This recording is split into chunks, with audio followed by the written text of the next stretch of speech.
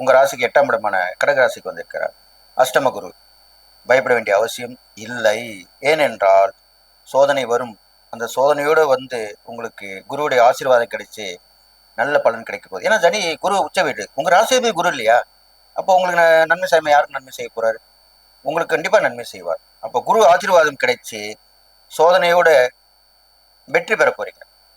அந்த வேதனை மறைந்து வெற்றி பெற்று வாழ போகிறீங்க. அதுதான் உண்மையான விஷயம். அப்போ அந்த குரு 8ஆம் இடத்துல இருக்கும்போது என்ன நடக்கும்னு கேட்டிங்கன்னா, உங்களுக்கு வரக்கூடிய ஆபத்து, விபத்து, கண்டம் எல்லாமே போயிடும். சுபகிரகங்கள் இல்லையா? நன்மை தான் செய்வார். எதிர்பாராத வரவுகளை கொடுப்பார். நீங்கள் எதிர்பார்த்த இடத்த விட ஒருத்தர்கிட்ட கேட்டிருப்பீங்க, அது கிடைக்காது, தள்ளி தள்ளி போயிட்டு இருக்கும்.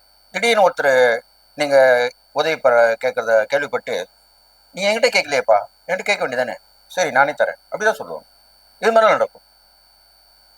அதுக்கப்புறம் பார்த்தீங்கன்னாக்கா உங்கள் ராசிக்கு 12ஆம் இடத்தை பார்க்குறாரு. அப்போது இதனால் வரைக்கும் வெளிநாட்டு பயணம் தள்ளி போயிருந்த தனுசு ராசிக்காரங்களுக்கு வெளியூர் பயணம் அடிக்கடி நிகழும். வெளிநாட்டு பயணமும் அமையும். பாஸ்போர்ட் கிடைக்கும், விசா கிடைக்கும், எல்லாமே கிடைக்கும். நஷ்டங்கள் குறையும். அது முக்கியமான விஷயம் தானே.